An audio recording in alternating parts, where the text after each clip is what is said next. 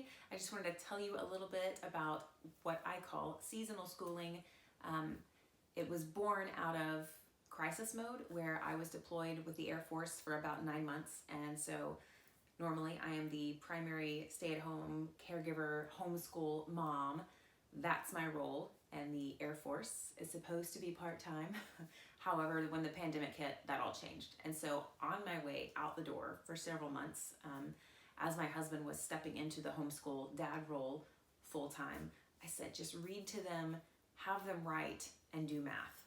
And so, it boils down to the 3 R's for that season in our life, which started out as a bit of crisis mode of just, figuring it out. It was these 3 things. And so that came from, was probably a podcast, something I'd heard Pam say, that you can't do everything all of the time.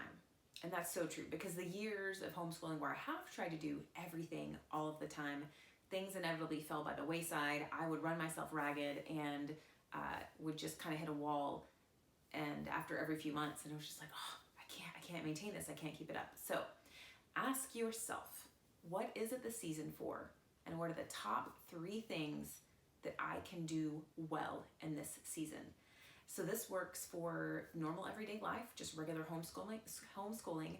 This works for crisis mode. You've got a sick relative, you've got to go take care of somebody, and it's going to be months of school looking very different. You have to move, there's a new job, whatever it is, it can trigger this. But for us, I have found this is what's going to work for us.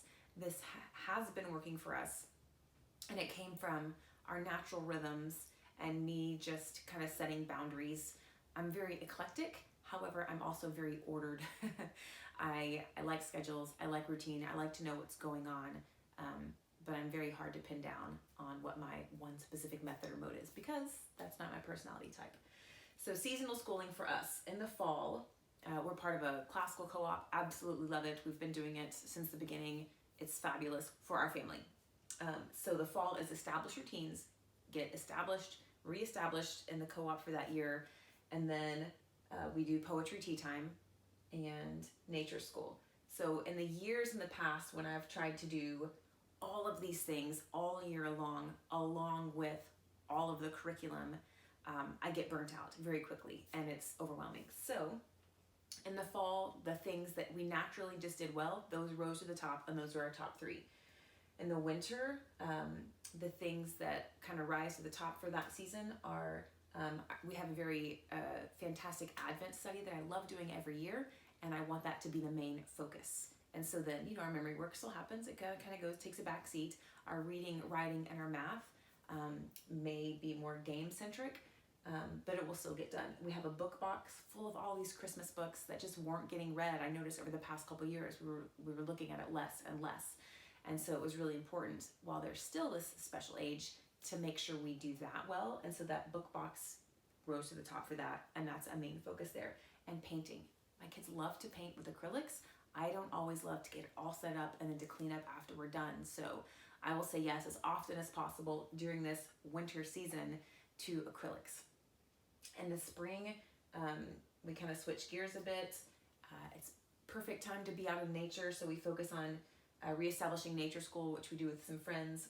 We focus on that in the fall and the spring season. We kind of do a reboot for our co-op, getting back in gear with that after being off a month for Christmas. And then we start to focus, as the flowers start to bloom, on Passover and Lent. And we have a really fabulous study that I want to get the attention that it needs and not be pushed by the wayside. And so that's our 3 main things for spring. And in the summer, we focus on family fun, tons of reading. We read aloud all through the year, but it's even more so. It kind of rises to the top a bit more there. And interest-led learning. I do a lot of these things throughout the year in bits and pieces, but I don't feel bad saying no to acrylic painting, on this certain day, because I know we just had a whole season of me saying yes to it, or, give it a month and we'll be there again. And it tends to look like, because I'm a little bit of all this, fall tends to lean a little more classical, winter tends to lean a bit more unit studies, spring leans towards the Charlotte Mason-esque sort of schooling, and summer is unschooling. throughout all of this, they always have reading, writing, and math. So they'll be doing a cursive workbook or writing notes to family members. They will work on their math curriculum every single week. We hardly ever stop math.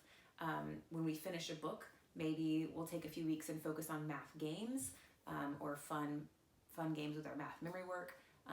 But those three things, reading, writing, and math, never go away.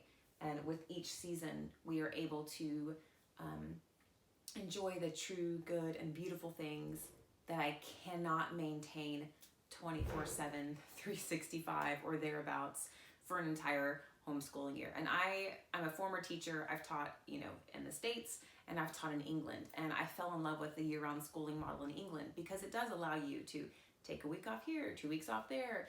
We don't need 2 months off in the summer. So this model works well for us. And I kind of fell into it in the bit of a crisis moment with me literally grabbing all my stuff and heading out the door for months and months on end, and my husband coming home from his job to, be the homeschool dad. And it was these three things, good luck, bye. And so from that, I was able to look at the rhythm of life that we've done well with over the years, and what things do we just naturally do in each season, or what things do they naturally want to do in each season. And those kind of, it's the cream that rises to the top. And if that looks different for you, fantastic. If this helps you come up with something that is manageable, that allows you to focus on the best things for your family, I am so happy for you. But yes, it is just whatever works for you. You can't do everything all the time. What 3 things can you do in this season, and what can you do well? And that's pretty much how I came up with our design.